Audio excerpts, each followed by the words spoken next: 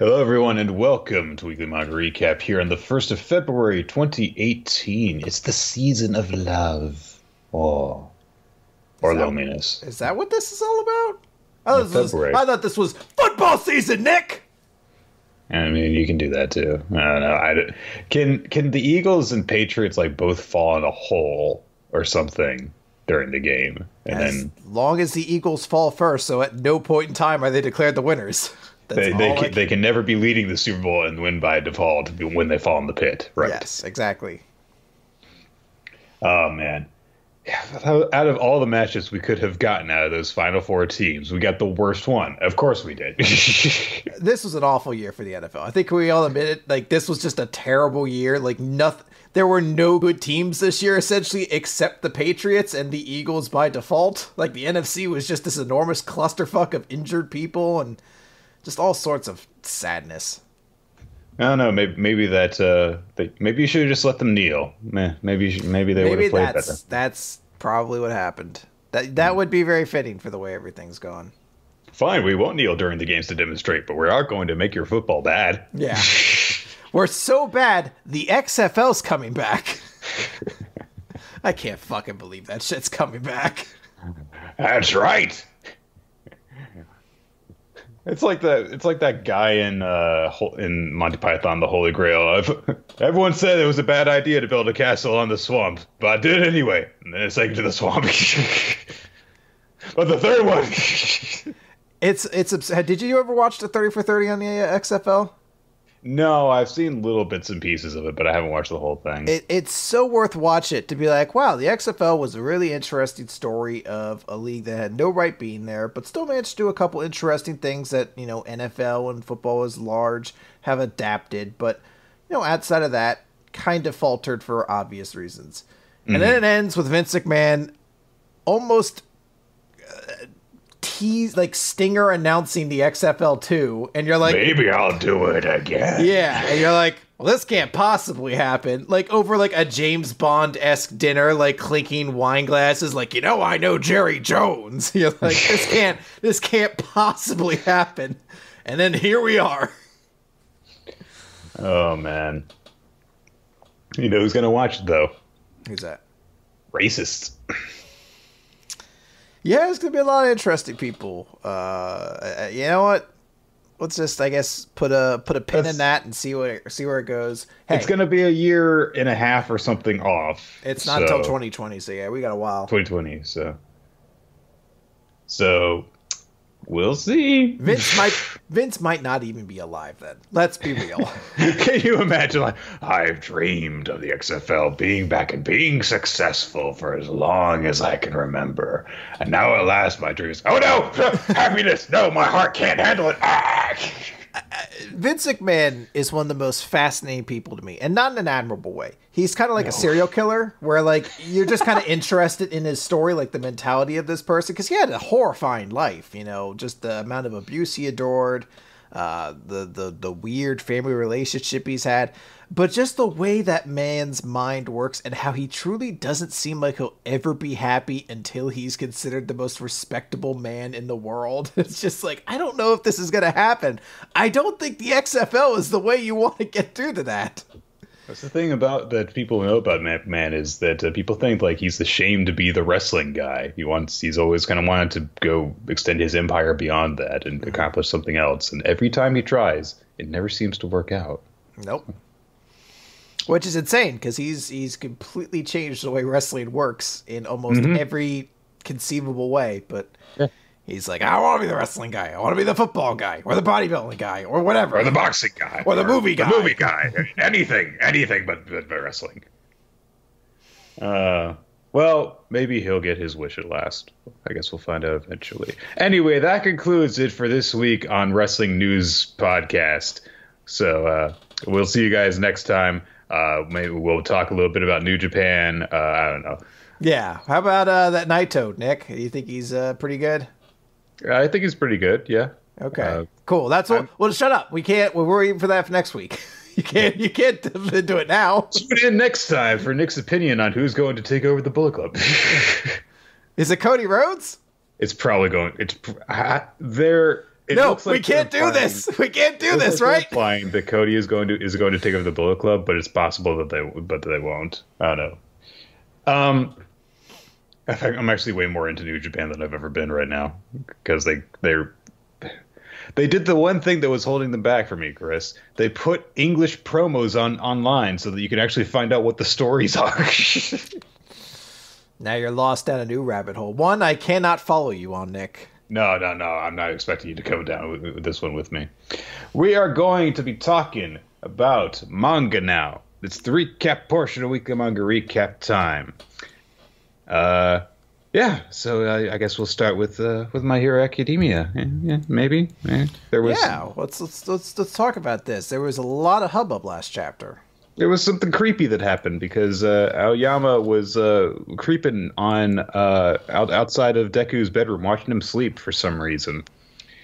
And what's going on? Is he the traitor? Is he Toga in disguise? What is happening? Well, we find out everything that's happening. Everything is resolved in this one chapter. This was a very short little aside that ended up happening as we get into number 168, The Strange Tale of Aoyama. It's not that strange, is it? No, this is a pretty normal. It's actually a more humanizing and thus normal tale for Aoyama than not so anything strange else. tale. The tale of how Aoyama isn't quite as strange as we expected him to be. He's looking pretty awesome there in his sparkly scarf on that cover page, I think. Looking much more serious than normal as well.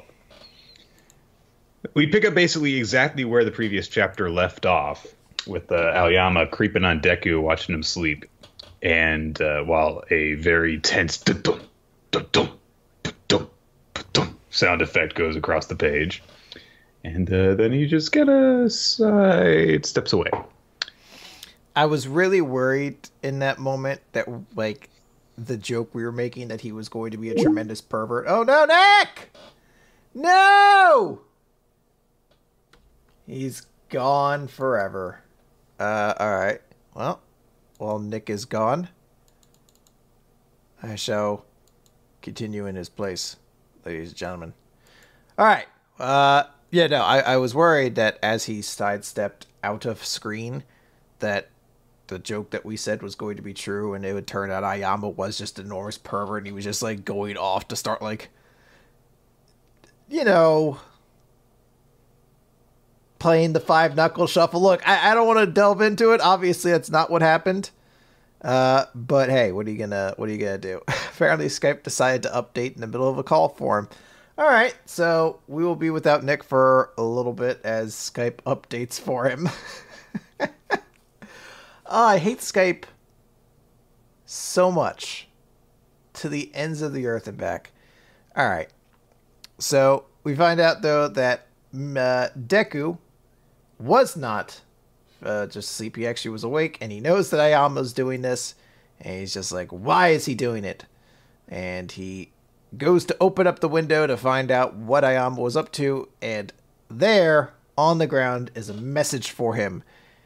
Written in pieces of cheese that just says, I know, with a big star at the end. So you know that it was Ayama that did that, and not like, you know, Bakugo just like accidentally like dropped cheese onto the ground in that symbol. Because the star is Ayama's. So, you know, it's his signature now, apparently, after last chapter.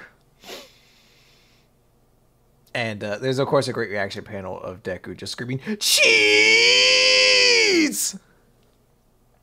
Very amusing.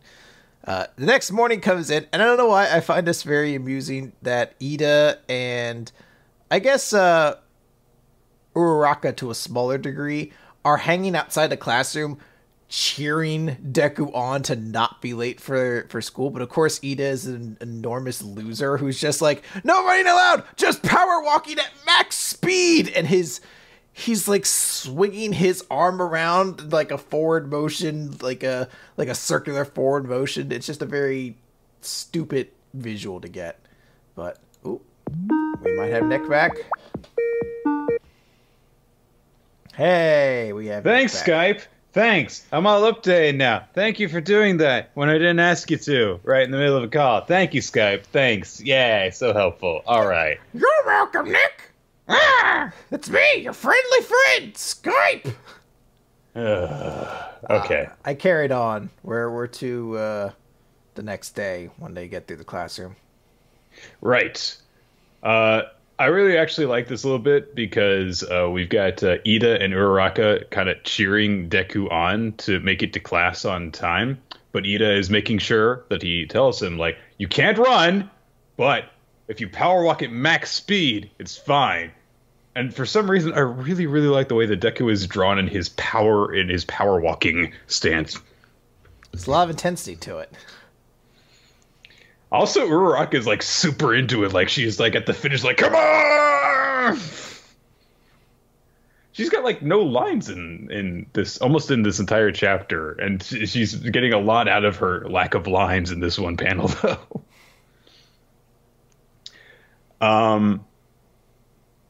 Basically, they established that Deku is late to class because he didn't get any sleep after Aoyama creeped him the hell out, which is continuing because Aoyama sees him coming in and winks at him.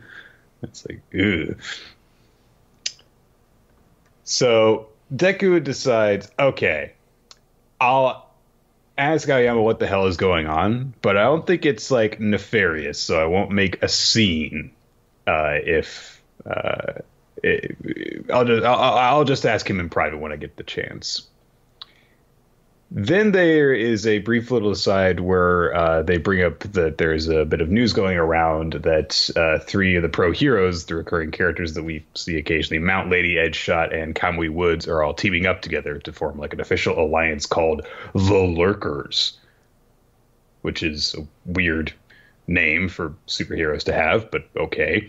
Hey, Nick, there's like Justice League Dark and Secret Avengers and things like that. Like, they're lurkers.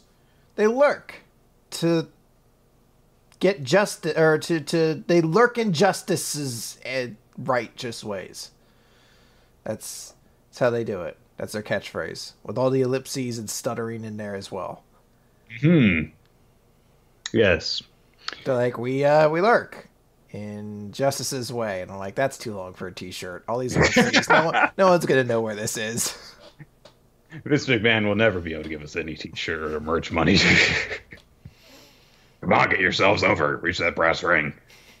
How dare you get yourselves over when I didn't want you to be over? Anyway, so this leads to an exchange where everyone's like, oh, what if we were to, like, team up after school and form superhero teams and stuff? And Ashido's like, yeah, Uraraka, you could make me float and I can make acid rain. And Uraraka's like, that's terrifying. But then she's just like roping out all sorts of people, like, Sarah, you can move me around with your tape, and Jiro and Koda and Shoji, you guys can be reconnaissance. And then Mineta and Kaminari are like, can we join? She's like, no. Wow. To be fair, would you let them join? I didn't know that Kaminari was this unpopular. Mineta, I knew. Like, he's talking to Mineta, so that instantly makes him unpopular. When you're social cancer the same way Mineta is, you don't interact with him. I mean, also Ashido, like, she was established to be this very friendly, charismatic person who gets along with everyone in Kirishima's flashback. This makes her seem very bossy, doesn't it? I mean, she says no thank you, so she was polite. I guess. But she's just like randomly being like, you guys are going to be my team. Well, she's just suggesting an idea. She's being friendly. She wants to burn people with acid.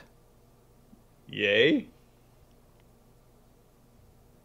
What's the giant suitcase number 2 that she's carrying? I don't know, actually. Huh. I imagine that it has... Maybe it has to do with their training stuff, because they're going out. It must be like their training uniform or something like that she's carrying around, because they're going off to a special quirk training after this. So I guess it's her costume. Makes sense. Anyway, they go to meet with Cementos, who says that they're going to work on their ultimate move some more. There's a little tidbits here. They're like Kirishima remembers his fight with Rappa, And he's like, I've got to train until I can actually take on attacks as powerful as his. So he calls over to Bakugo and Sato and Deku to, make me your sandbag. And Sato's like, phrasing. I was like, what are you talking about? Did he say something that's a little gay? What's phrasing? He's asking you to punch him a lot. Yeah. Is sandbag like some sort of secret code phrase that I don't know of, or? Well, I can't tell you that, Nick, or you'd be in the know. I'd be able to get into all of the weird underground clubs then. And an otter like you would start cleaning up, so. What?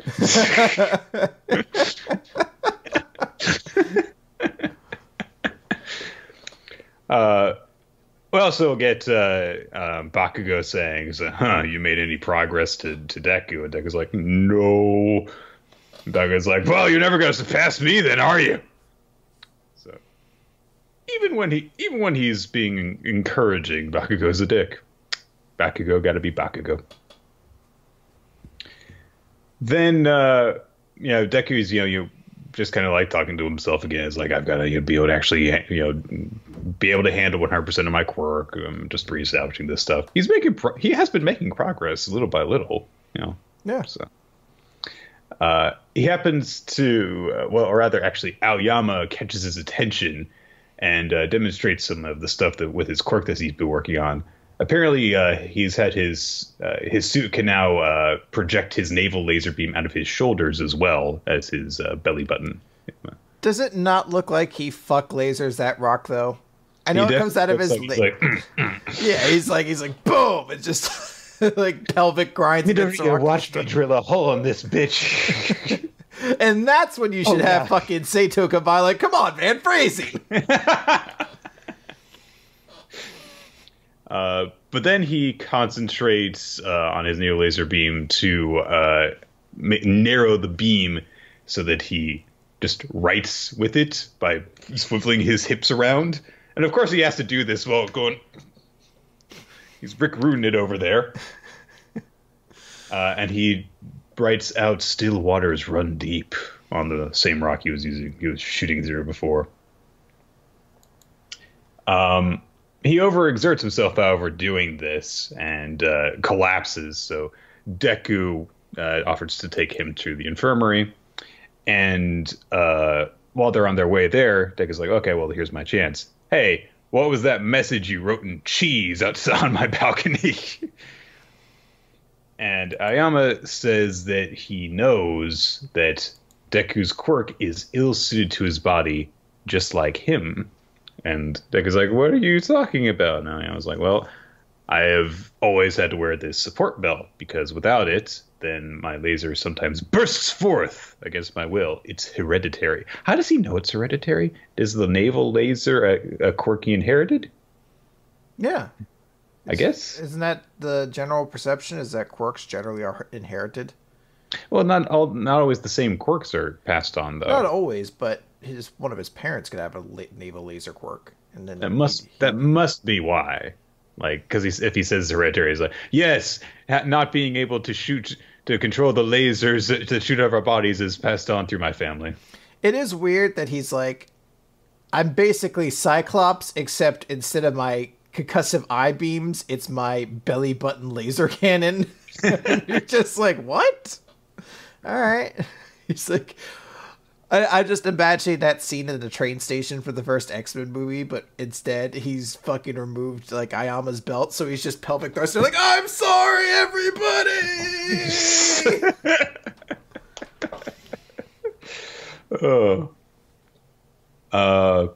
But yeah, so Aoyama basically says from this is like, we're like, our bodies aren't suited for our quirks. In fact, doctors have told me that that's the case for me. And he actually says that he's kind of always known this about Deku since the first time that he saw him at the entrance exam and how he couldn't control his quirk.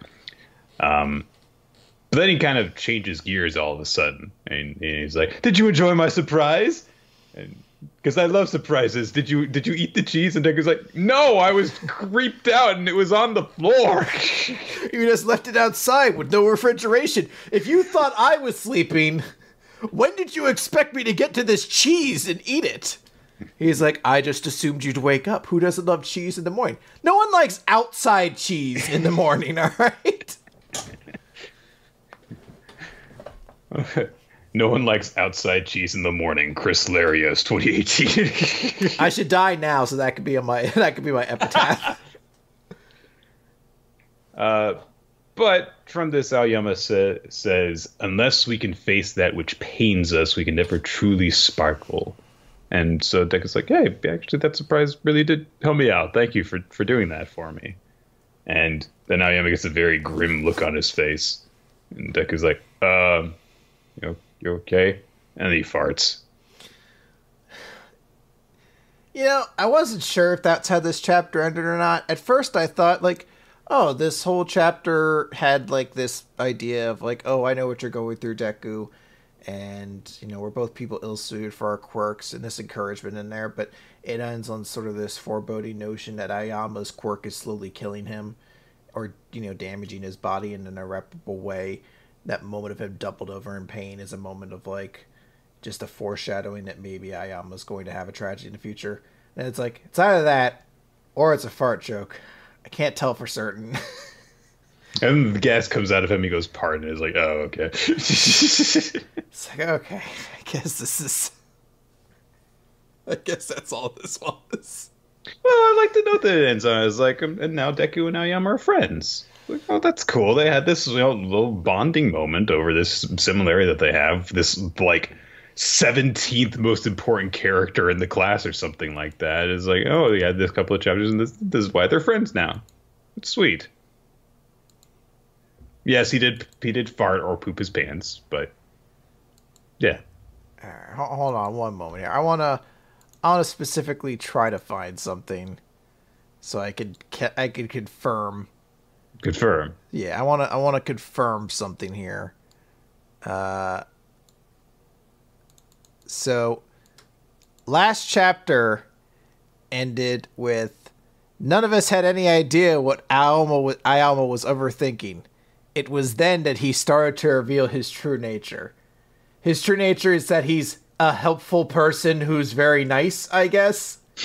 I'm just saying, it feels a little fucking deceptive to have put that whole mischief, that foreboding text on when there was nothing but a one chapter, essentially like almost filler episode for this. I'm not saying I hated it. I'm just saying it feels manipulative. Well, there's more in that. It's, you know, there was this interpretation, you know, Deku reestablished it at the beginning of this chapter. It's like everyone just always thinks that, oh, Aoyama's all free-spirited and eccentric. He always does whatever he wants and stuff. But in fact, he has been dealing with this knowledge that his quirk is not suited to his body, which is a tremendous hurdle to overcome if you want to be a superhero, for his entire life. And he's been working to overcome that. So absolutely. I think that this is actually a really big thing. So. Absolutely. And it ends with a fart joke. Yes. Because he's Aoyama. Come on. True. All right. So, from that, we're going to go on to Food Wars, chapter 248. So, what the average feel? I have to say, when I opened up this chapter and I saw it, the opening page for the first time, I was like, there must be some sort of error if we're getting another Kinokuni and Ishiki flashback. Like, clearly this is from, 6 months ago or something during the Kinokuni and Soma Shokugeki. No, we're just picking up this thread that has been dropped since then. So here we go. Fair enough. In the flashback, Kinokuni is observing Ishiki playing traditional, Japanese guitar super well, and she's like, "He's not even trying. He's just amazing at everything he tries to do, and I'm suck at everything. It's not fair that he just picks everything up. How can I compete with the muscles of a black man, Chris? How can I compete with that?" Well, this is amusing to me because yes, it is very relevant to that. But hard work versus natural talent is a Shonen Jump theme that is sort of almost quintessentially tied to that sort of medium genre, quasi genre, whatever you want to call it. It's always what I find very interesting, but this is a very odd take on it because, one, the person with natural talent is obviously the more heroic character of the group. Usually it's the person with hard work that wants to be the sympathetic underdog. But it's also for two characters that really aren't that important in the grand scheme of things. Ishiki's a relevant character, so it makes sense there. But this has never really been like his defining trait or characteristic for his run until this point. It's sort of something that's cropped up now. And only really now it's cropped up in Kino Kuni's fight, and then right now in what seems to be Ishiki's swan song. So it's going to be interesting to see how relevant this is to everything.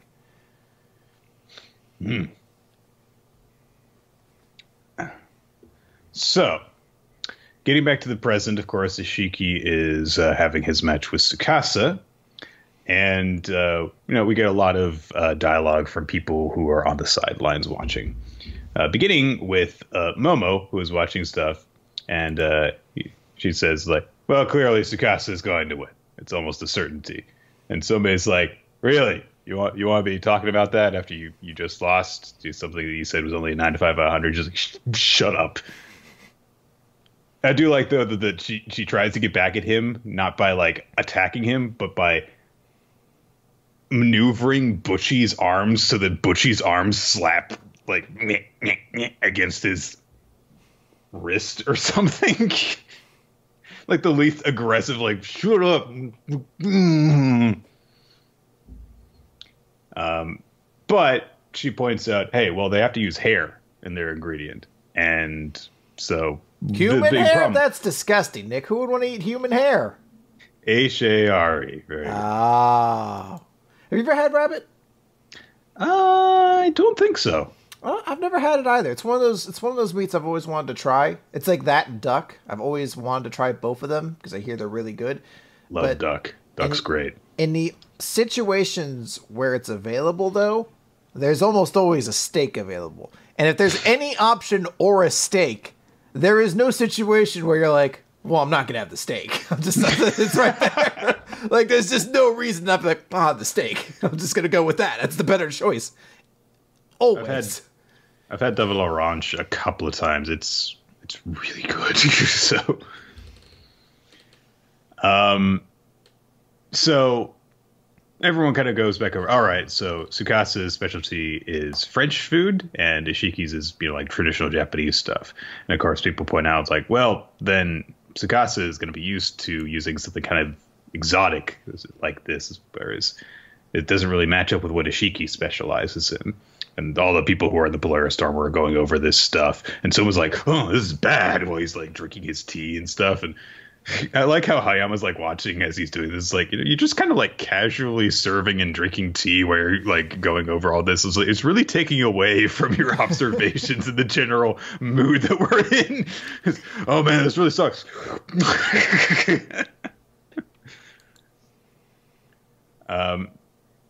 So Ishiki gets all the focus for his cookie in this chapter, and he is going around getting ready to do stuff, and Kino Kuni kind of calls out to him while he's doing this, and she says, like, Tsukasa's great. You're not gonna win.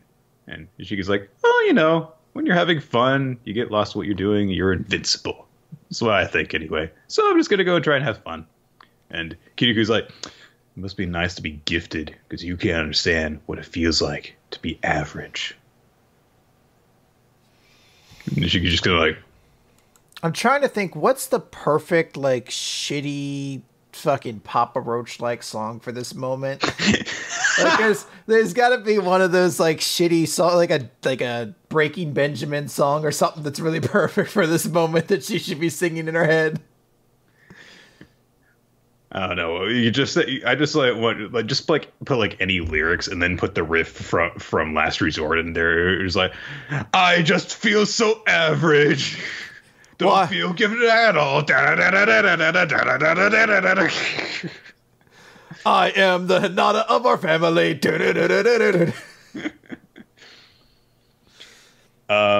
So Ishiki settles on making a soup bowl, like a miso soup bowl, and everyone's like, "What? And actually, the whole thing that everyone goes on while talking about this makes perfect sense. It's actually one of the easier things to follow that we've gotten from Food Wars lately, because they're like, Japanese soup, there's going to be like, it's very, very delicate that you need, and hair, like a lot of game meat, has this really weird pungent aroma to it. And Hayama brings up to someone, hey, remember when you had to fucking use bear meat? And he's like, oh yeah, that was really difficult. So yeah, it's really difficult to balance that super powerful spell with something very delicate. Okay, good. But then someone's just like, I'm sure that Ishiki can do it. He's good. He's good with that stuff. So we get a couple of pages of Ishiki preparing his dish. He's got, soup stock that he's got going. He's got a bunch of radicula's that he sauteed. And he apparently timing is essential to this, because he's like super concentrating over it. And then he's like, and now it's done. And serves it up. His one mono, his little soup bowl, is all finished up. He presented to the judges. He's gone first, Chris. He's going to lose. I didn't have time to do Photoshops this week, but the one I wanted to do more than any was to do a scale of Ishiki's chances of winning this and just come up with all the weird long shots that have more of a chance of winning than Ishiki does. Like, it's just like the Cleveland Browns having a perfect season next season is more likely than Ishiki winning this after going first. Oh gosh. Let's see here. So they uncover their soup bowls, the judges do. An transforms into a bunny suit. It's like, oh, it's so warm and all snuggly, and the aroma is so comforting and warm, wonderful, pure, clear fragrance. Out of the fan service bits that we've gotten from Food Wars lately, this is one of the tamer things. So it was like, okay, whatever, I'll take that. I mean, I know it counts as some variation of fan service, but it doesn't feel like it does. I mean, she's fully clothed. Nothing's being really accentuated here. So more adorable than anything else. It is. I actually do think it's kind of cute, mostly because she's actually like leaning against like a giant, like snoozing bunny. Oh my god, giant rabbit! This is terrifying now. Nick, they populate so quickly. If that starts breeding, we're ruined. What's it going to do? Like asexually reproduce? Just go. There might be a giant female out there, or male. I don't actually know how to tell rabbit gender. I don't. So everyone is blown away by the fact that it actually worked out so well. But the judge is like, oh yeah, no, it's so wonderfully harmonious. The aromas have melded together so well. And Kino Kuni is like, how is this possible? Ah, damn it. Yeah, it's just like Ishiki, he's just fucking so born lucky. Born to the Ishiki family, a proud, prestigious lineage that values tradition above all else. How could he get away with such unconventional eccentricity? And then we get Ishiki addressing the point that Kinokuni brought up earlier, which was, hey, what is it with this resentment that you have towards me? Seeing me do something you couldn't always sent you into a sulking fit. And we get a couple of flashbacks to their childhood where she would just try and do like really inane things that Ishiki could do perfectly, like the cup and ball game, bouncing on a unicycle, all this stuff. And Kinokuni gets really, really upset about this and just... you don't actually spare a thought to the people around you who can't do things immediately perfectly like you do. And you've always been like that. And I haven't been talented. I can only do things rigidly and by the book. And you come in and do everything super easy and just do whatever the hell you want. Meanwhile, the judges actually taste the soup. It's really good. Or they have a really strong reaction to it. I guess that it's possible that it's disgusting. They just go, this flavor. So, but it's probably good. But Ishiki says, Kinokuni, you need to take more pride in the time and effort you have devoted to your craft. After all, if it hadn't been for you, I don't know if I would have stuck with cooking at all. So, I guess we're probably going to get some more Ishiki backstory in the next chapter. Presumably. I just find myself amused by the idea that, like, in this big super contest, as he's doing this big dramatic, like, you help me cookie, the judges are like, this sucks! Hey, Shiggy, your food blows! You fucked up big time, bro! Pour it out. And they're like, ugh, gross. Next. They're like, hey, Tsukasa, as long as you don't literally serve us diarrhea, we're going to give you the win. He's like, oh, it comes out of the bathroom. Damn it, my plan is ruined. He's like, my souffle diarrhea is ruined. They're like, Ishiki, come over here so we can drown you in this bowl of horrible broth that you made us drink. You fucking hack. Stupid. Fucking didn't even understand hair meat smells. Don't really have a whole lot of thoughts about the chapter. It's very much just kind of a setup for the next one. So, I guess we'll see how the rest of Ishiki's dish plays out. And I don't know. It would be nice if we got some, like, when the members of the Council of Ten have a backstory that was actually really, really hitting. After Momo's whole thing was like she was good at picking cute things, and that was it. Nick, she was good at picking a lot of cute things. She knew everything that was cute. That's craziness. Can you imagine having to know everything that's cute all the time? No.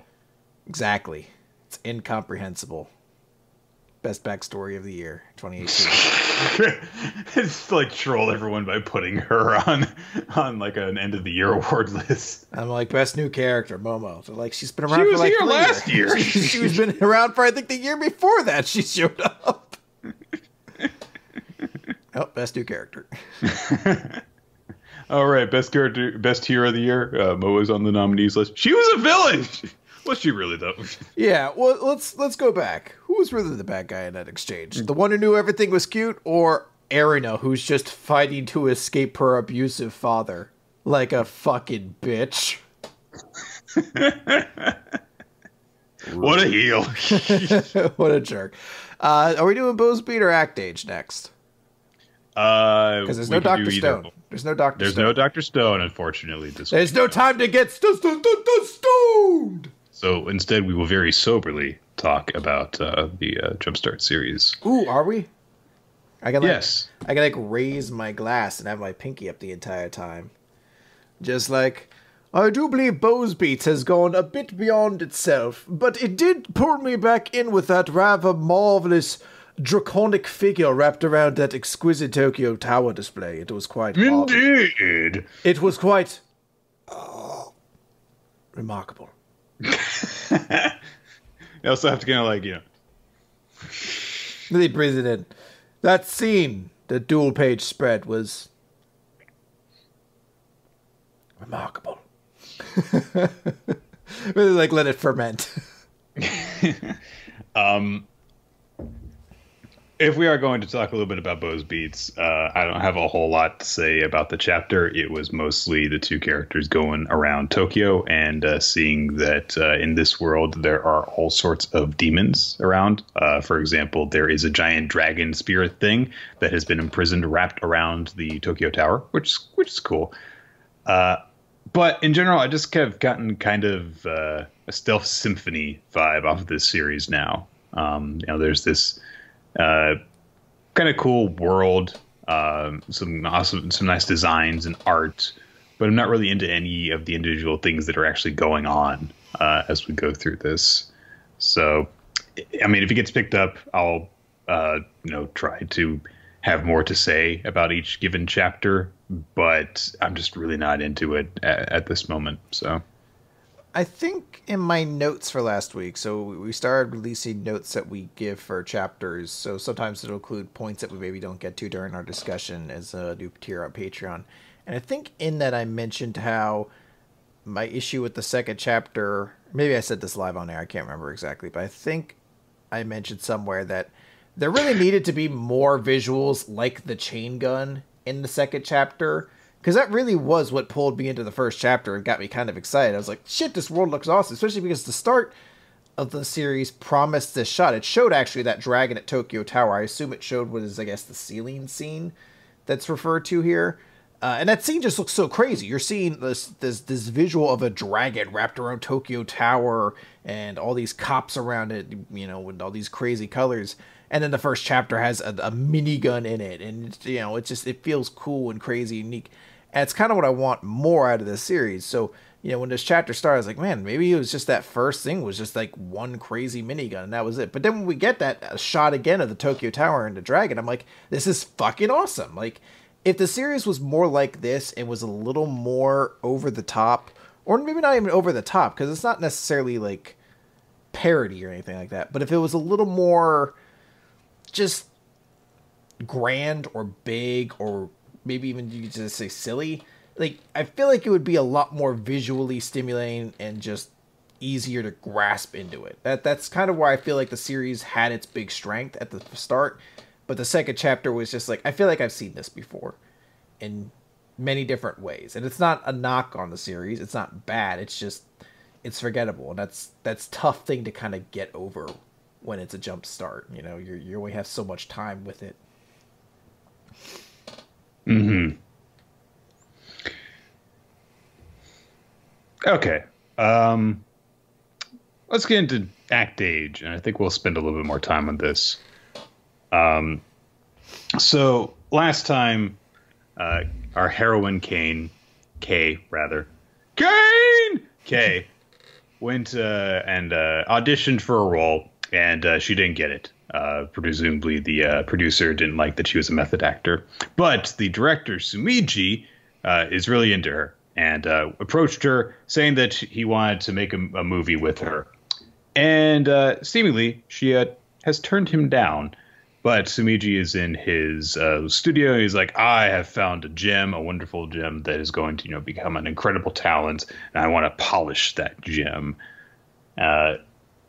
We cut to the Unagi home, and Kay asks her younger siblings, like, did you think that bearded guy that was here was sketchy? They're like, yeah, he was super sketchy, and his beard was creepy. Sorry, Nick. Old sketchy beard. Yar, I be sketchy beard. I didn't Come bury into me windowless van, yar. I didn't bury much treasure, but I do have a whole treasure trove of brown sugarman Pop-Tarts for the taking if you dare. You'll be walking me blank. Yar. So, also, he is described by the younger sister as a horny toad director. I mean, it's an interesting way of kind of like bringing this up, of just the idea of like, yeah, I mean, you are like a high school girl who just had a random director show up to your house. There is something definitely sketchy about this. It's like, why do you know about that? It's like, why do you know that why do you know that enough about the world to believe that he wants to shoot he wants to bull a Devilman Crybaby episode 3 on her? She's just like, because of the growing deterioration of the world, children lose their innocence younger and younger every day. Well, that was sobering. Thanks, Chris. She's like, no, I just heard these words together and just decided to string them and just see what happens. As if to prove them right, however, Kay goes about her day later on, running around doing stuff, and all sorts of people around her are like, she's so fucking pretty and beautiful and perfect, and damn! And it's just, God, just leave her alone. Just let her read her book. She runs past Comey going the other way. They both stop and marvel about how beautiful one another is. And then I could not believe that this actually happened. So Michi just pulls up in a van while she's running and just grabs her, yanks her in, and drives off with her. So I have a big problem with this scene, Nick. I have a very, very big problem with this. Okay. Maybe damning to the series. How does he pull her in a van without unbuckling his seatbelt? He's very good at this. Apparently she's just done this The before. immersion of this series is ruined. How did he do it? She had to get in from the opposite side, so he had to reach across the car and grab her and pull her in, and he has her in the bear hug. No, Chris. It's Japan. He's in the driver's side on the right side of the vehicle, which is the one that is facing her. Well, then how does she get on that side of him? What do you mean? Because he's in the driver's seat, so he's at the door, but she's the opposite side of him. No. Yes. No. Look, so, okay. In this sequence of 3 panels, she is on the side of the road on the other side of the van. Yes. The van is facing left.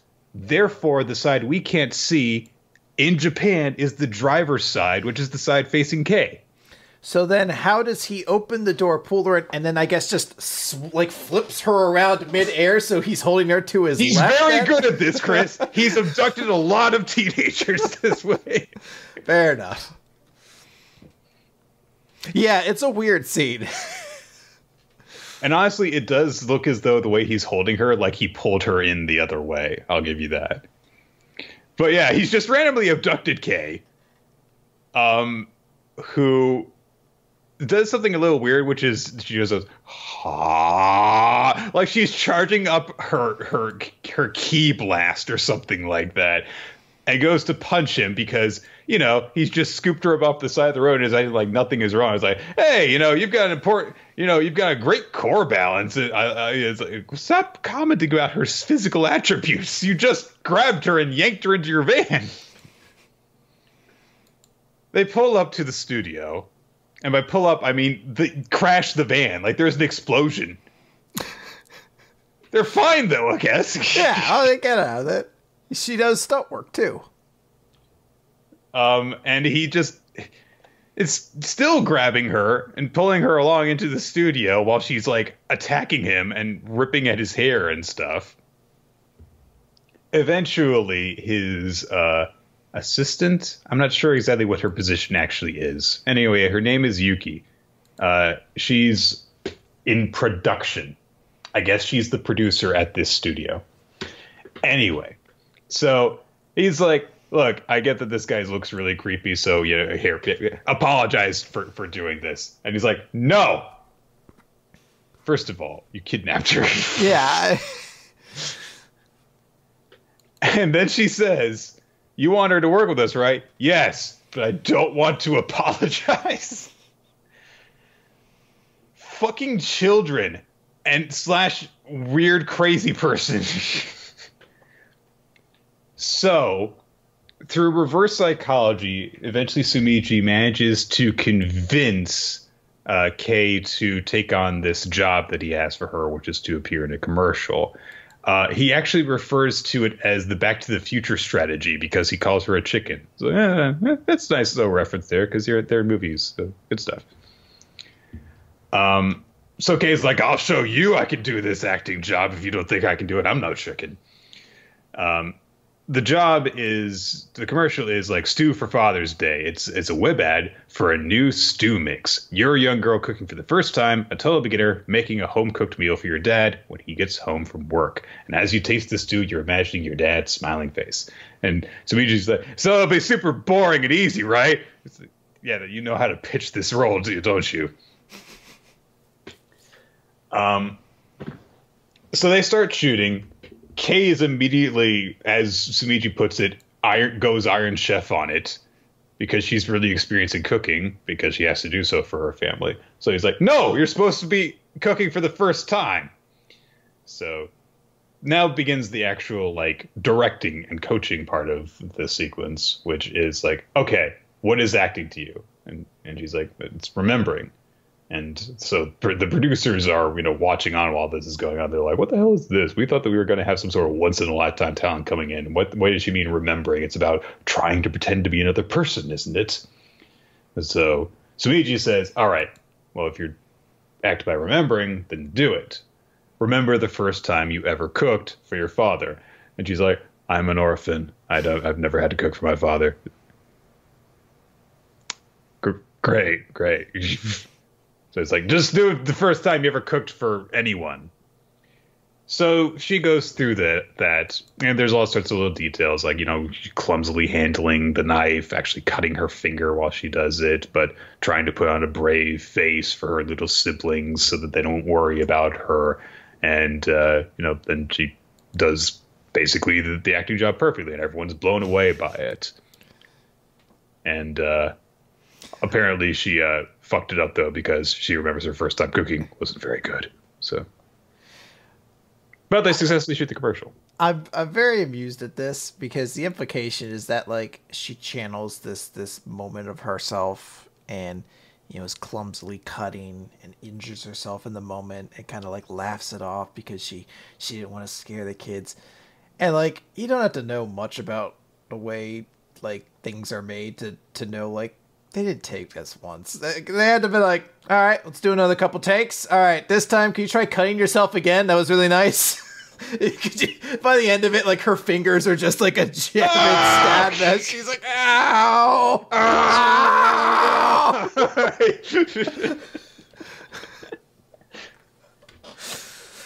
Also, they did actually have to do retakes. It's established by that in like the last little panel there after they call cut. Yeah, I like the idea that like they were like, all right, so she cuts her hand in this scene. Don't you think that's gross? No, it really adds to the character. I'm like, I've never once have I cared about the actual character of somebody in a commercial before. Not since Aaron Insurance's strong narrative was suddenly and just spontaneously dropped without ever a conclusion. So I just gave up then. Was there an actual ongoing narrative between Yes! This? The last fucking commercial had Aaron Insurance's boyfriend betray her! It's fucking bonkers they never followed up on that, Nick! They got bought out. It's sad. That's the kind of narrative that we're missing now at this point, and it's infuriating. He sold her secrets to another company, and then presumably had her killed. That's actually what happened. and then her presumably killed, I believe. I don't know. I don't have a conclusion to justify off of. Anyway, so after they've shot the commercial, Sumiji and Yuki take Kei back home, and she's actually watching, like, apparently they edited this commercial together really quickly, too. Yeah, she's like on a laptop while they're going home. And so she's watching it like with this enchanted look on her face, and Sumiji's like, "Why are you watching it with that dopey smile?" And she's like, "Oh, I'm just surprised. I'm prettier than I thought." And he's like, "Okay." They fight some more, and we cut away as the van's like swerving around the road again to Kei's little siblings, who the sister apparently, or is it the brother? I don't know. I can't tell. It's a sister. Children. So she was curious about that bearded guy and Googled him. It seems like maybe he's a real big shot. And she's found this news article that says Japanese director stuns and awes. I thought that this chapter was a lot better than the previous one, honestly.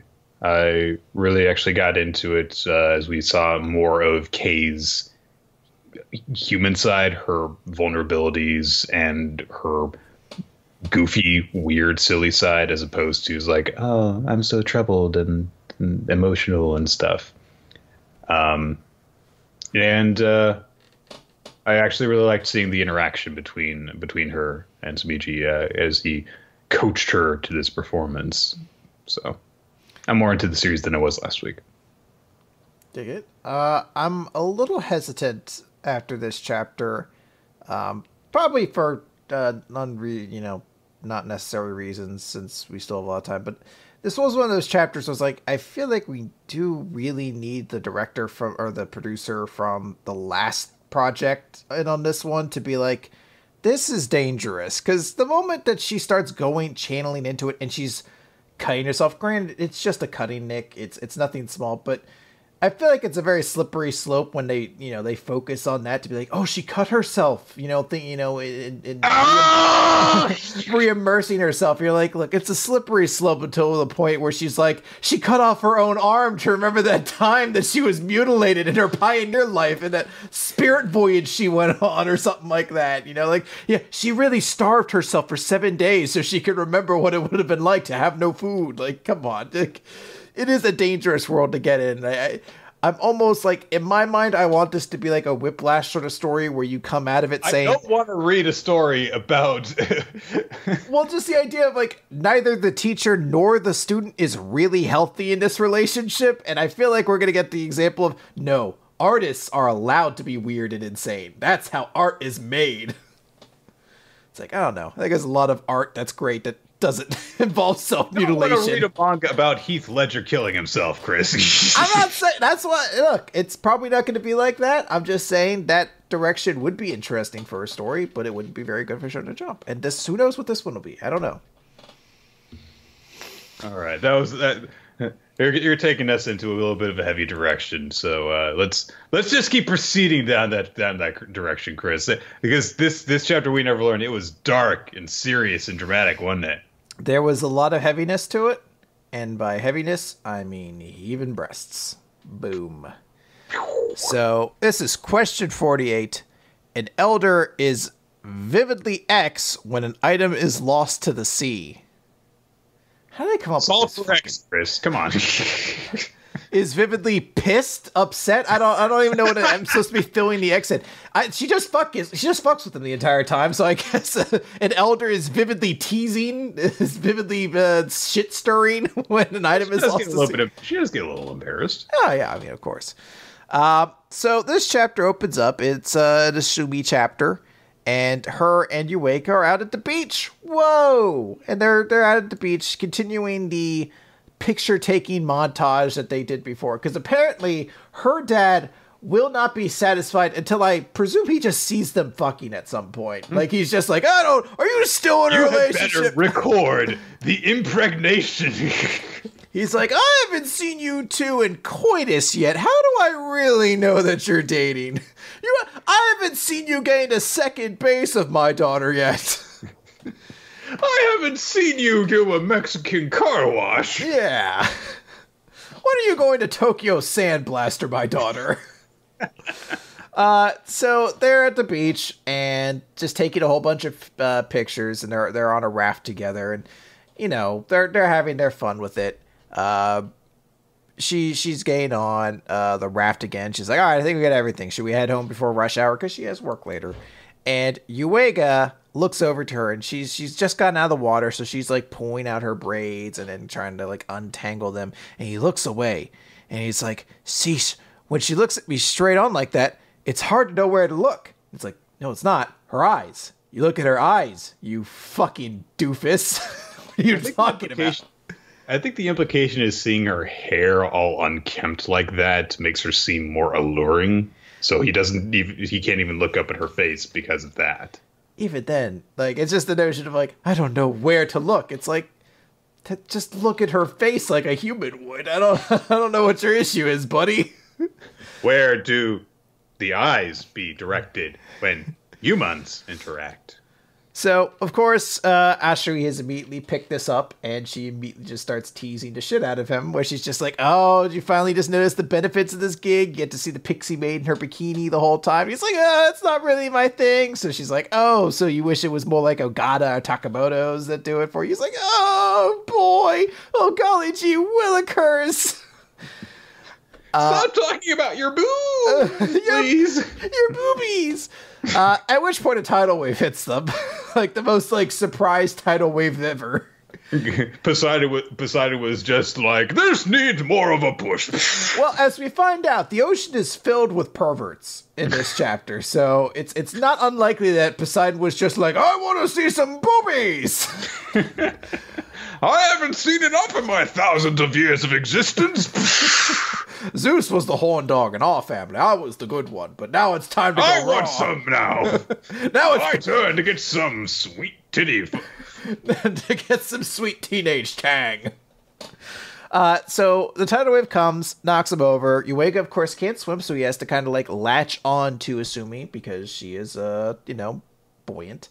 And in that moment, she realizes her top is gone missing in the ensuing chaos. So she is topless. And there's a little joke of her being like, don't look up no matter what you do. And he's like, do what? Eek! And she's like, I told you not to look. he offers her a shirt because he's a nice guy like that. And he notices, like, oh, man, even with that shirt on, she's actually now even sexier because the shirt's, like, soaking wet, so it clings to her. And, there's a little bit of, I guess, I don't know if you want to call it, it's certainly not G-rated fan service, but it's not as sexually explicit as it could be. And, of course, she's still just fucking with him the entire time, which I love, where she's just like, man, you really are a lucky boy today, aren't you? Like, she is just nonplussed about this whole thing. She's just really hammering it in with it. Like, man, this day has been great for you, hasn't it? he's just like, golly gee, this is the worst day humbuggery it is.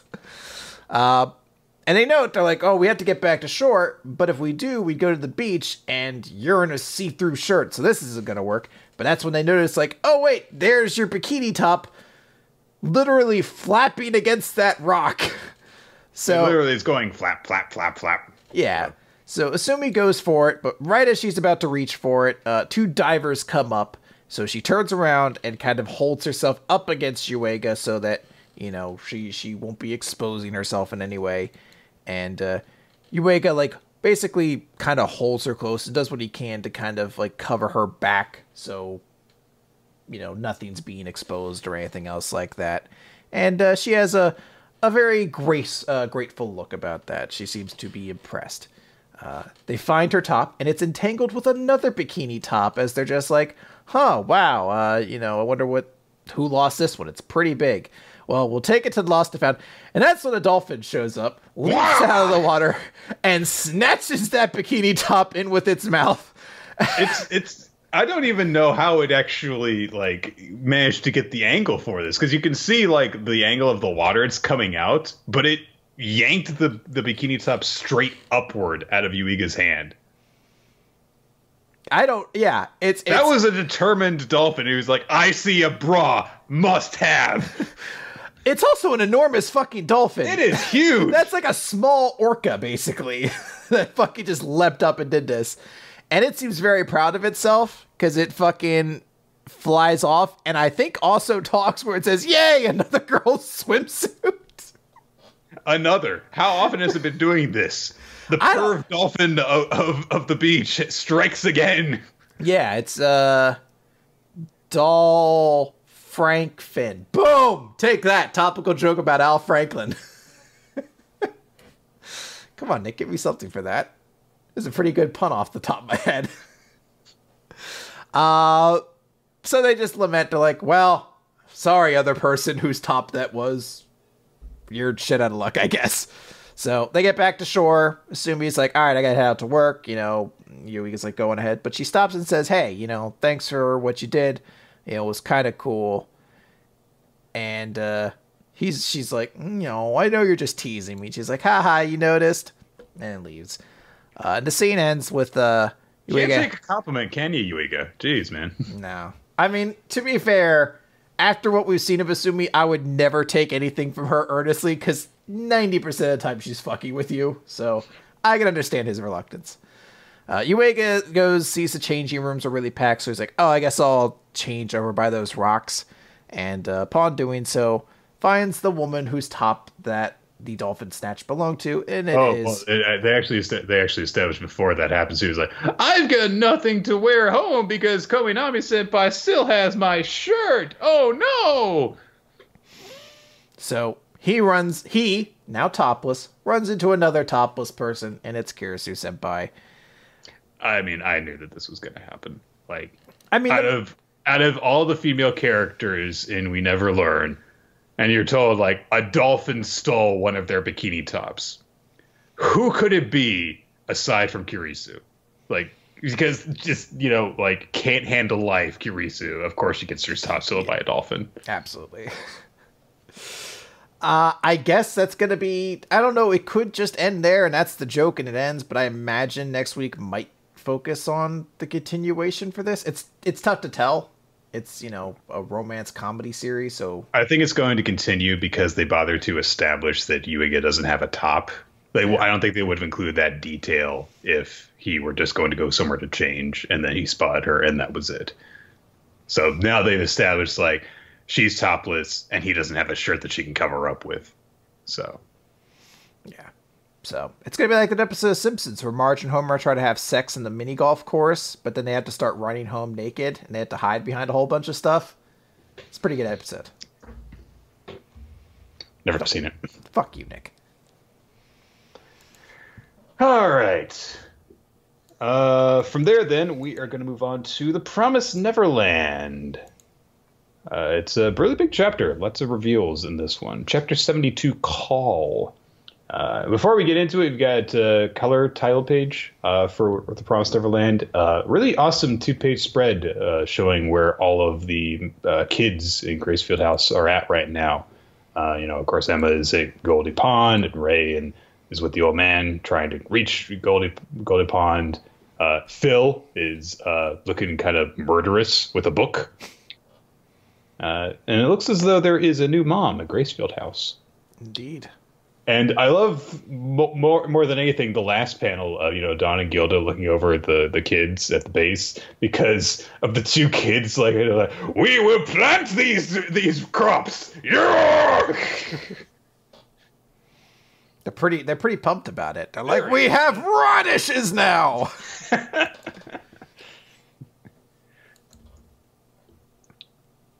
Okay. So last time, lots of weird visuals. Lucas and Emma heard a phone ringing. They pick it up, hear a voice saying it's William Minerva. William Minerva starts to say a lot of things, so this might take a little while. He establishes that the elevator that they were at and couldn't get to work is a path to the human world, but it cannot be used anymore. The way has been blocked. So this was actually going to be their way to leave and be safe, but nope, no dice. He goes on to explain that it's a recording that they're listening to. They're not actually talking to anyone on the phone. He actually recorded this some 14 years previously. And he's probably dead. Given that he's in a bad state at the moment that they're listening to this, and that much time has passed. So he also says a bunch of stuff like, someone has betrayed me. The settlement that I made there for you is probably not safe anymore. Maybe it's been destroyed. Maybe they have found out about it. And he says, I wanted to atone. My real name is James Rattray. I'm a descendant of the clan that came up with the promise with them 1,000 years ago. So this answers, a lot of the concerns that they established earlier, which was like, oh, is this guy actually really trying to help us? Yes, he was. Turns out he can't help as much as he could before because a lot of his plans have been ruined. As he is, we cut back and forth occasionally to Emma and Lucas listening to this with images of when Minerva was actually recording this. And he seems to be in a lab while he's doing this with test tube babies. Interesting.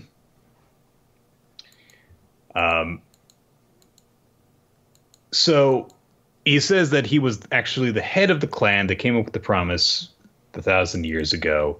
His clan has been the mediator between the two worlds to keep the promise, but he couldn't endure the injustice of what was going on, the children being sacrificed over and over. So that's why he put all the clues and the books and everything and smuggled them in for the kids to potentially seek help and escape. And even if he couldn't actually get them to the safety of the human world, he wanted to provide them with a safe shelter and the potential for the path. But his plans have basically been ruined as a result of the betrayal. So he says, okay, so what can you guys do now instead? I'm not going to let them kill me easily. You have supporters other than me. And the path between the worlds is not just that one elevator. It may be dangerous, but there are multiple paths, such as Gracefield House and Glory Bell, Grand Valley, and Goodwill Ridge. Unlike the one here at Goldie Pond, the paths inside those 4 top-class farms will never be blocked. So we kind of always knew that they were going to have to go back to Gracefield House eventually, but apparently the goal is being very much changed as a result of this revelation. Well, it's interesting. We don't actually know quite yet what that if that's going to be the end goal or not, because that's mentioned as what is the way to the human world, and if it's whether to escape or if it's to go there and to rise up against demons. But Minerva then in the future, just a little bit mentions a third option, the idea of escaping both of those. And that might not involve going to the human world at all. We don't know. Because if the future you want is neither of those, search for the 7 walls, which Emma remembers Mujika told her about. And that's it. He says, if I regret that I have no more time, the rest of the details are in Marvine's bed. Everything you need will be right in there. Good job coming here. I'm sure he's over a lot of words of encouragement and stuff. There is happiness and you can obtain it. So their options are escape to the human world, die, end the promise, or seek out the 7 walls and find out more information. And we actually see Minerva's face at the very end of it as he finishes the recording. Dude's got a fucking nose on him. I wish you good luck. So, Emma and Lucas, kind of process this information a little bit. And Lucas is like, hey, this is great. We have this knowledge of where we can cross over. We've got other supporters. We could get out of here. We can save people. And also we can demolish the hunting ground without, worrying about the consequences, because it's, useless to us from this point on. But the details are in Marvine's bed and toward to obtain the future they want, which they know to be inside a drawer based off of, Mr. Nerva's novel. So they reach for a drawer beneath the phone and begin to open it to see if they can get more details from there. And that's where the chapter ends. Great, if there was just a snake in there, it just bit them. They're like, ow! It's like, I hope that snake didn't come in and take everything and just start sleeping in that drawer. I'm sorry, I think the phone rings again. He's like, by the way, there might be a snake in there. I should have clarified. Hey, you'll be fine. Sorry. Red touches yellow. You're not okay, fellow. I don't know if that's how it goes. Look, I'm not going to lie. I planted all my clues so only smart kids would find them. I'm an idiot, though.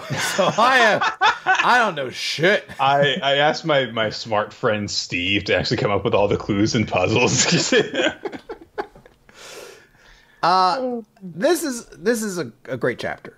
This is a chapter of almost all exposition, but this is the sort of stuff that made me immediately remember everything I fell in love with this series about, where you're just like the cool mystery, the intriguing moments, just the idea of like getting this information finally, like we are getting answers to our questions. They all seem to be pretty satisfying answers. I like the idea that Minerva wasn't against them. It wasn't a traitor. Everything that he's explained feels very natural and real for the series. And I also just love the emotion of it. I love the relief in Emma's eyes after the phone call ends. And she's just like, he wasn't betraying us. He has always been trying to help us. And it's really nice to see that sort of thing, It's just a very satisfying chapter. There's other chapters that are a lot of exposition this week, and those ones aren't bad. But this one, this I guess is what the Promised Neverland is about, more or less. So maybe that's why it works. But this is just a great chapter to me.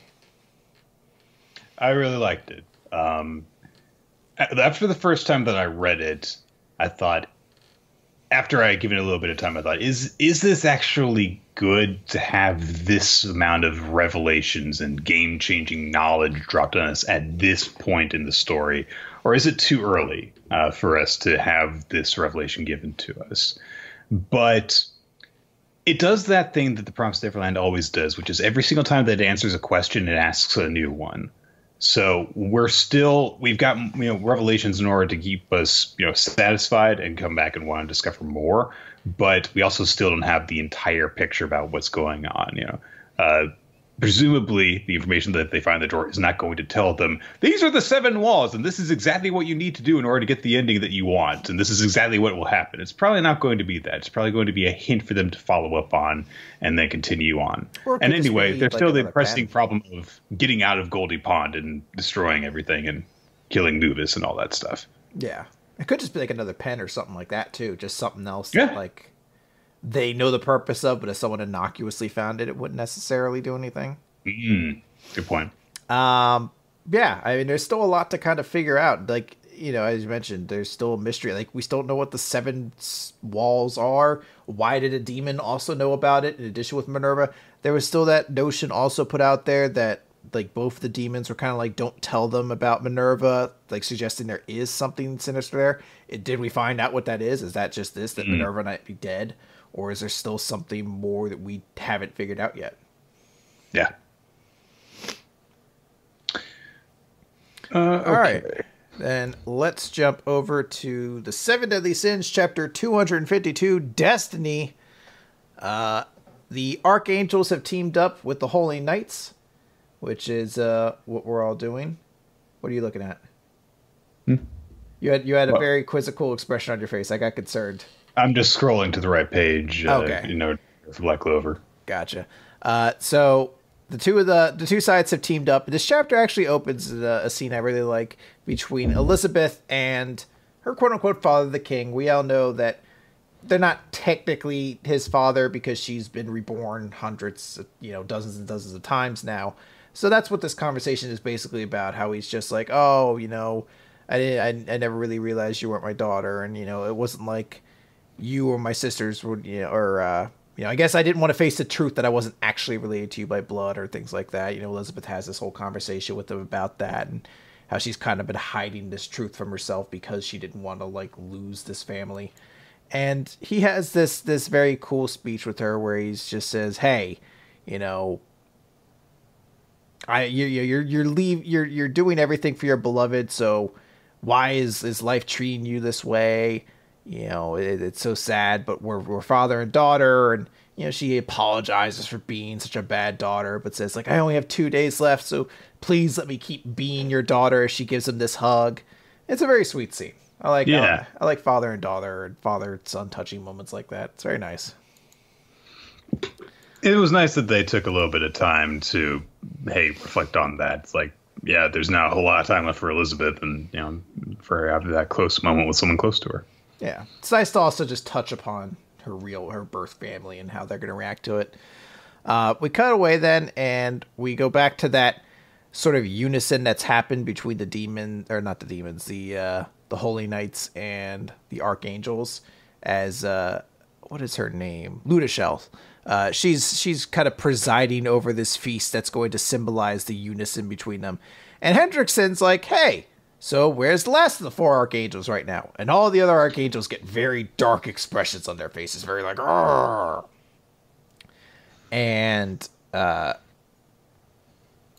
one person interrupts them, and it is the Holy Knight Death Pierce, which is a great name.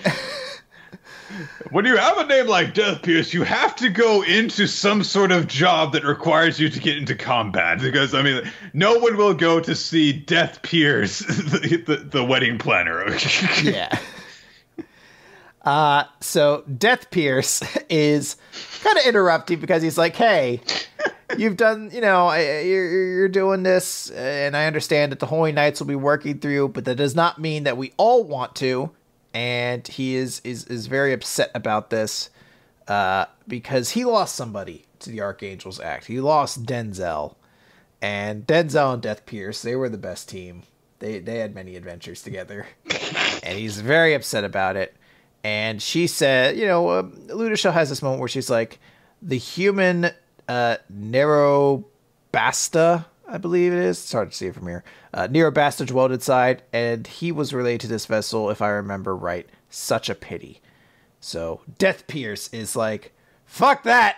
That's all? It's like you goddesses aren't capable of bleeding or crying. And then he looks up and he sees that she is crying, and she continues that we've made our fair share of sacrifices. We've suffered the pain of losing those who meant much to us.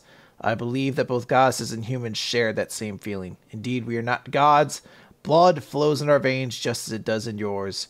But if you say you still cannot trust us, I'll accept it. And she says, I will at least give you this. And she breathes into them. She literally just blows into her hand. This wind flows over Death Pierce and his team.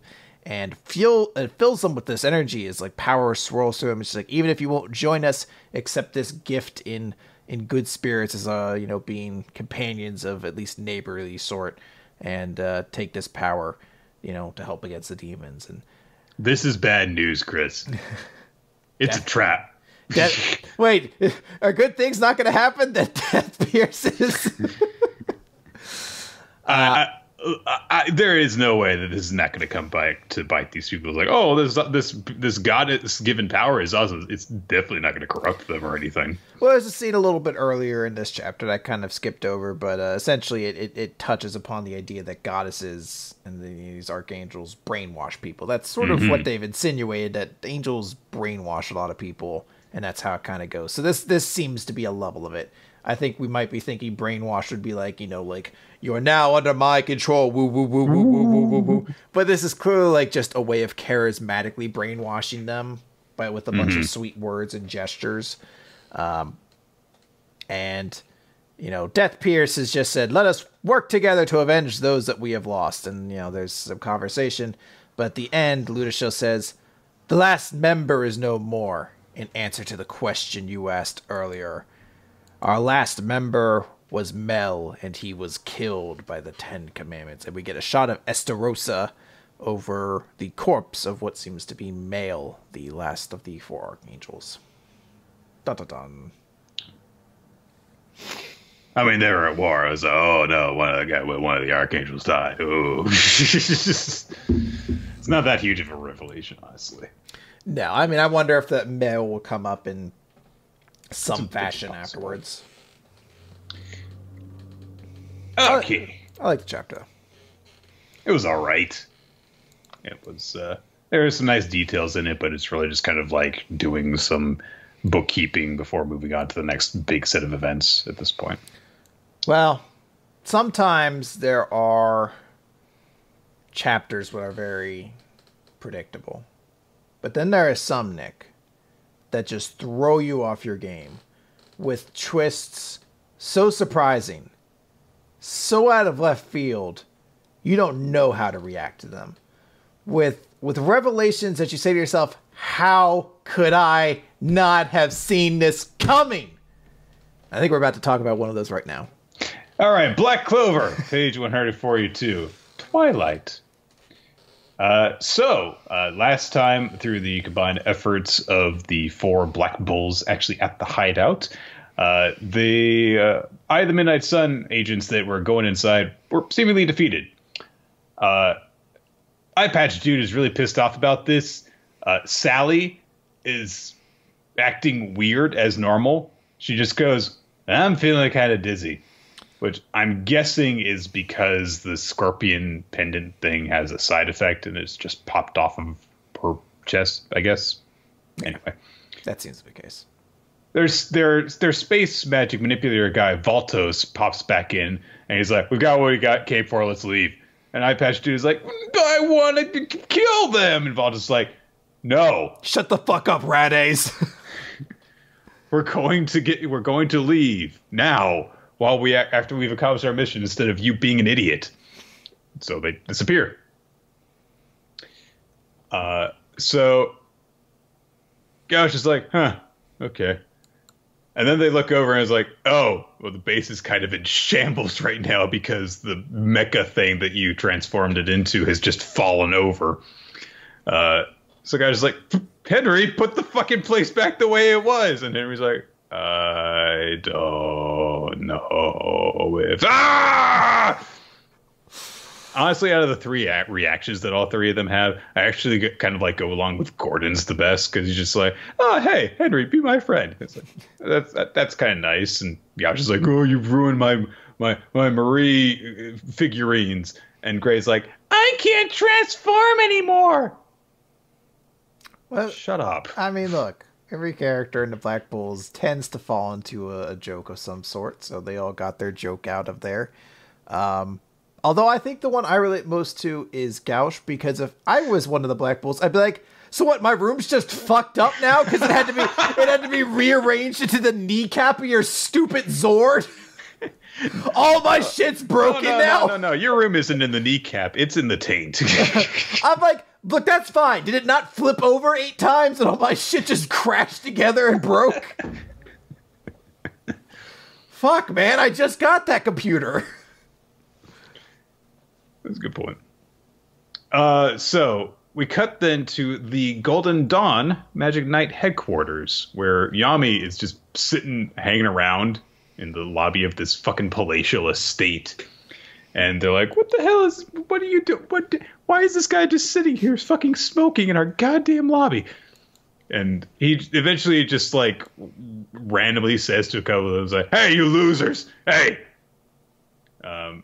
He says, your shiny oddball masked chief, interesting descriptors, said he was going to apologize. So how long is he going to keep me waiting? And they're like, hey, I'm sure he'll be here soon. Anyway, Yami is here because apparently Vangence offered him an apology for the behavior of Ludris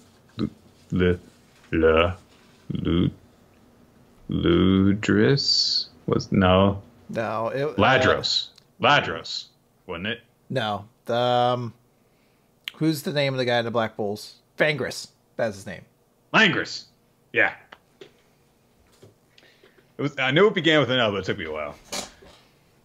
Langris, he's like, hey, he offered me an apology for that. Also, I like the detail that Yami's like, it took me a while to get here because my ride's out of commission. Nice way of saying that Fendril might never recover.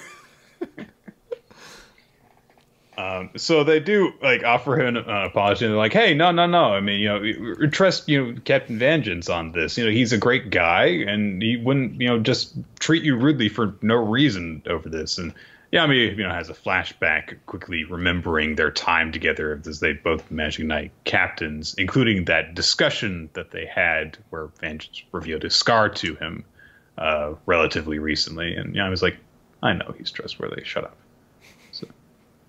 His name's William Vangence. How could it not be a trustworthy guy?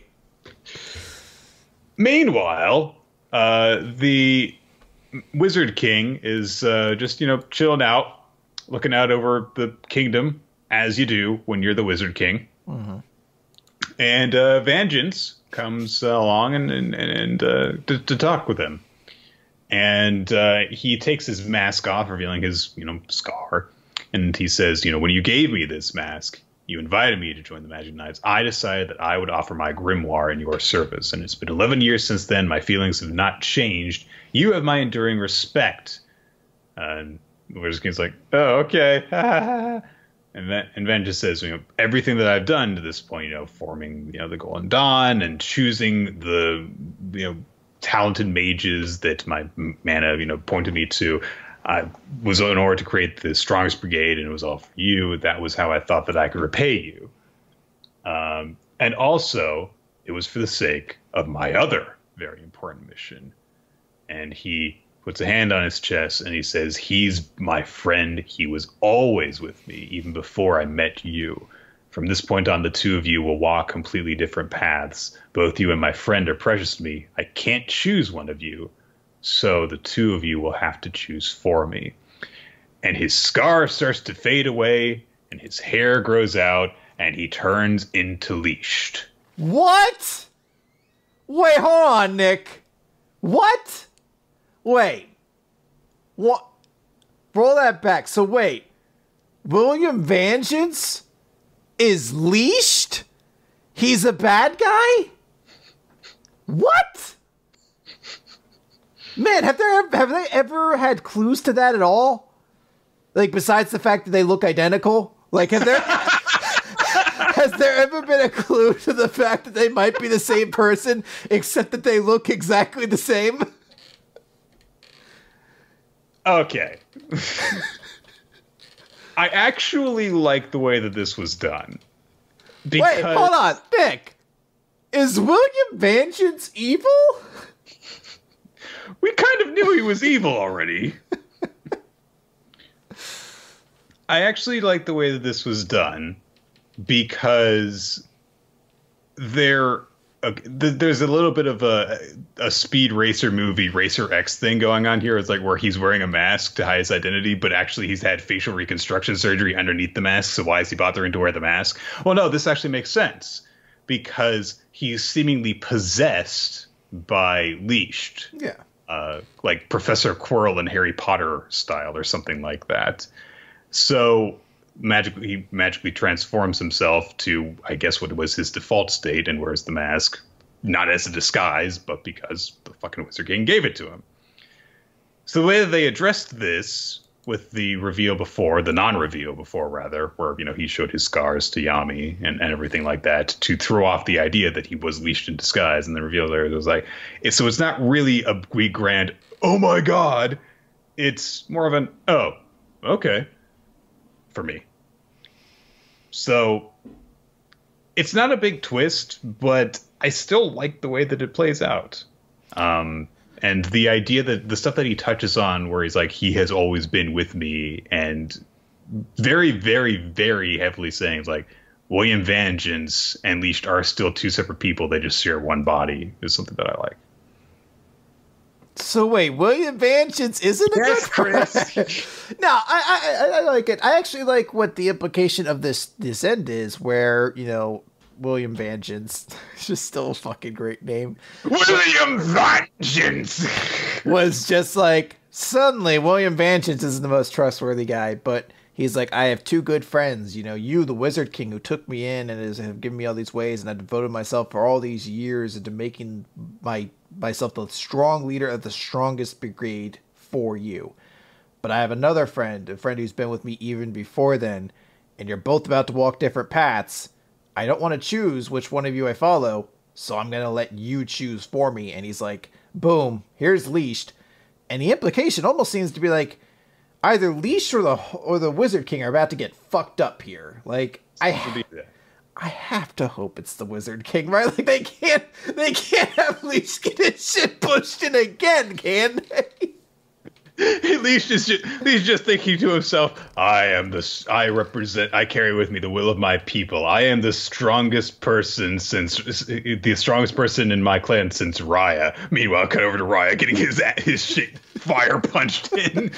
No one could defeat him, I bet. Just gets his shit pushed in. Everybody's like they get like a phone call. Everyone's like, oh, Leashed just got his shit pushed in? Oh. I guess we go back then. I guess, good job, everybody. Everyone starts high-fiving each other. I guess we didn't need to form this new division. Midnight Sun was a fucking joke. They were the Phasma of this universe. But Chris, her armor is made from the Emperor's chair. And when she shows up in the third movie, it's going to be even scarier. So, yeah, there you go. Presumably there is going to be some sort of thing going on where some members of the Golden Dawn rebel against the Clover Kingdom, possibly. So, also, there is a last note when the chapter ends where the Wizard King says, I had really hoped this wasn't the case, which seems to suggest that he had a suspicion about this the whole time. Well, of course he does. He has fucking eyes, too. He should have been like, you look exactly... This guy looks a lot like if William Vangence's head weren't scarred. You guys look basically identical. I think every person at this point has had that moment when they met William Vangence where they're like, you remind me a lot of... It's like, it's almost as though there's that dude in the Batman universe. It's like, you remind me a lot of Bruce Wayne. And what? No. And Bruce Wayne doesn't talk like I do. And I know you do the voice, but literally everything else about Batman and you suggests you're the same person, but... I don't know. Somehow in fucking The Dark Knight... Look, The Dark Knight gets a lot of praise, but there's still that one scene that baffles my mind where they're like, this is our board of suspects, and it's like Abraham Lincoln and a dog on there. You're just like, how are these your two leading suspects? Bruce Wayne isn't on there at all because he talks deeper?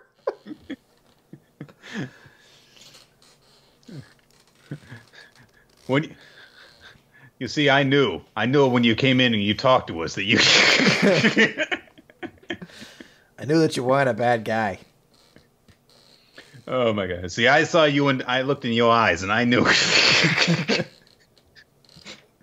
I looked at you once. I was the one dude in this entire world who knew that you were Batman.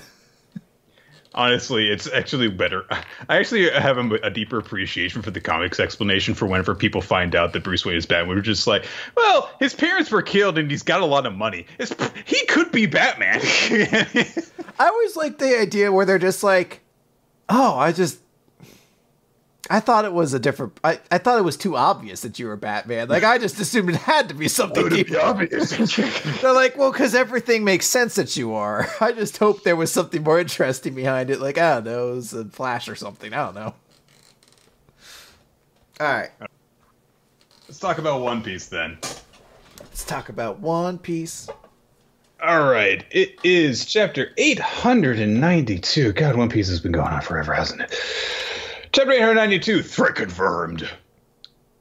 The cover page on this chapter establishes that the Tauntauns have their own ship, whose helm is Usopp's freaked out face, which is kind of great.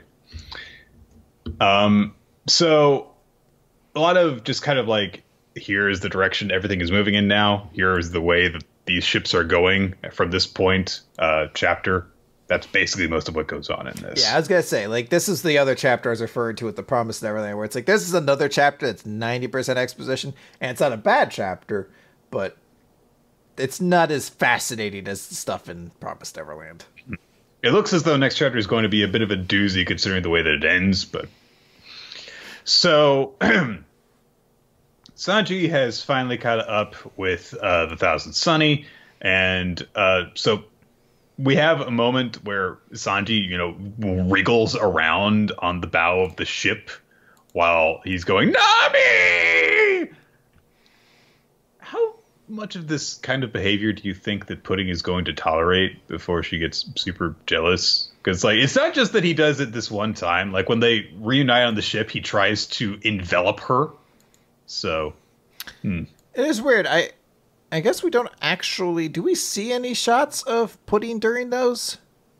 We don't really see how she's reacting to it at all. Yeah, it's interesting. Maybe that's something we'll focus on later.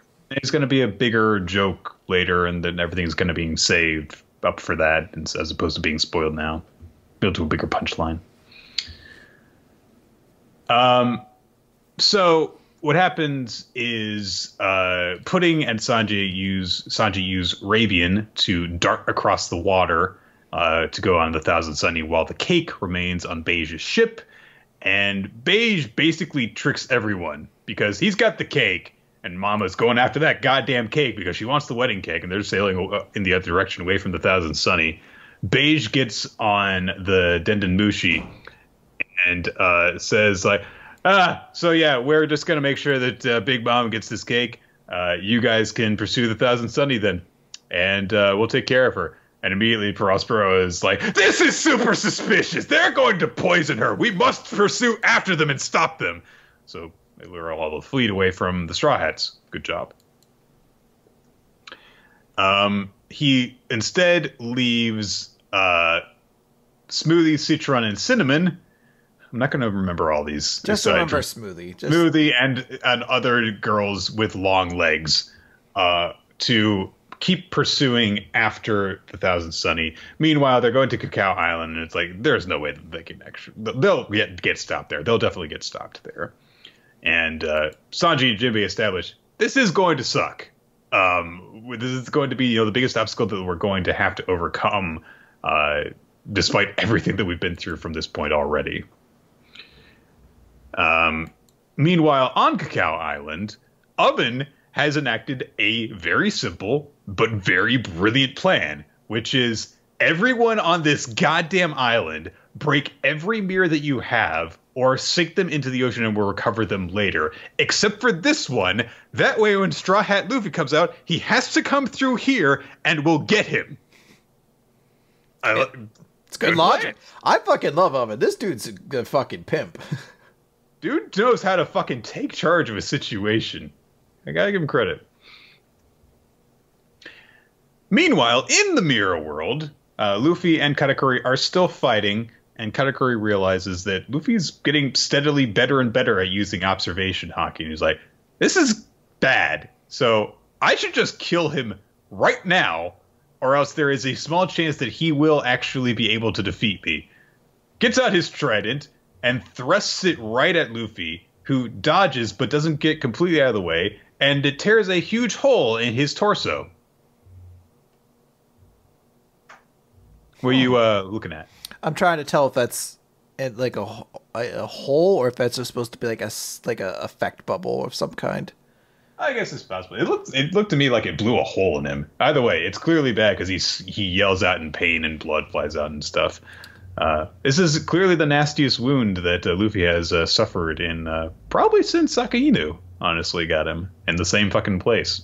So, yeah, I'm trying to think who can fix that. Huh. Because I don't think they're not going to have like Luffy just have a giant hole in him. So I'm trying to think who can fix a giant hole in Luffy right now. Put bandages on him and he'll be fine. True that. I don't know. Interesting. That's basically it for the chapter. It was an alright chapter, but it was not an incredible one. So let's, I guess, name our favorites for this week. Favorite chapter and MVP. Okay, so favorite chapter is going to be Promised Neverland, definitely. I think that was just such a strong chapter all the way through, and just a great kind of conclusion. No, well, revelation, I guess to say rather. It was pretty awesome, so really dug that one. I am also going to go with Promised Neverland. It was something that made me stop and think, it's like, I don't know if this is actually bad for the series as a whole, but then it was like, nope, it's actually great, and I like all the stuff that we got out of it. MVP's tough. It can't not be like, I'm like, in my mind, I'm like, I can't make it William Vangence. I know a lot of people are gonna say Aoyama, but he didn't really impact me all that much. So I guess I'll say Asumi from We Never Learn. I just like how much shit she stirs, even when she's in. Like, I just love how much confidence she has in herself and how comfortable she is in a lot of that situation. And even as she's like topless on a boat, she's still fucking teasing the shit out of Uega. Nonplussed about the whole thing. Yeah. I am going to go with Aoyama. It did actually. I thought that it was a sweet little chapter, and it was carried entirely by him. So, totally understandable. Right. So, with all that said, we are going to wrap things up here. Thank you, everyone, for joining us for Weekly Manga Recap, which we record currently Thursdays at 7 p.m. Eastern Standard Time here on smashcast.tv/RoloT and twitch.tv/RoloT. If you want more, you can follow us on Twitter for updates. It's at Demura Podcast, the official podcast account, at RoloT and at Nick F. Time for your hosts. All of our past episodes are on weeklymangarecap.podbean.com, as well as on iTunes and our YouTube channel. And if you check us out on those, be sure to subscribe, leave a comment, leave a rating, help us become the kings of the hobby section to defeat our eternal rivals, the woodworkers. If you want to give us some feedback, ask us questions, suggest future manga for us to read, you can send that stuff to weeklymangarecap@yahoo.com. That's the best way for us to keep track of all of it. And special thanks go out to our Patreon supporters. Your support allows us to create all sorts of awesome bonus content for you guys to enjoy. We are going to have out our special radio play quite soon for you guys. Should be out by the weekend. I want us to give a special thanks to Andrew Stone, Hugo, Overworked Goddess, Kathmandu Montessori, and... Come on. Hold on. Come on. Maybe you should just eat my pussy. You know what? That's the name that's on there, so that's the one I'm going to read. So thank you very much, all you individuals. It is very helpful that you guys are able to support us. We greatly appreciate it. It is to the point where I don't know what to say in these situations. I'm very, very flattered and humbled. I'm not. My ego's out of control. Nick's like, give us more! I deserve to be bigger than God. And special thanks to Steve Mann and Infamous Planet, as well as we'll save, I guess, the surprises for all the people who are helping us out with the bonus pod. But Yes. We'll have special thanks for them, I guess, next week after we actually put it out. Yeah, I'm super pumped to have this out. I teased it before the episode, but I'm super pumped for everybody to get to listen because Nick absolutely kills it. I'm going through it, and basically every time Nick does a line, he just has such a great way of doing it, and I'm super excited for people to be able to listen to it. It's honestly, we had a lot of fun recording it, and I am looking forward to you guys seeing it. I actually also recorded it on my end as a backup, and went back and listened to it. I think you guys are gonna love it. So. Yeah, absolutely. All right, do we have anything we want to end with, or do we want to just continue our fucking 50-minute discussion on Vince McMahon and wrestling? And you see the 5 different factions that are currently in New Japan Pro Wrestling. You see, you've got Bullet Club, and that's the one everyone's familiar with. But also there is Chaos. There is Los Cinco Gobernables de Japón. You can cut me off whenever you want. I know. I'm curious. Who's the other 2 factions? It's Taguchi Japan and Chaos. And you said Chaos already. Chaos, I already said. It's Suzuki-gun. Suzuki-gun. What's Suzuki-gun? Hey, hold on! Some of the chat said "Go Eagles." Go fuck yourself, Nick. No, die! Get out!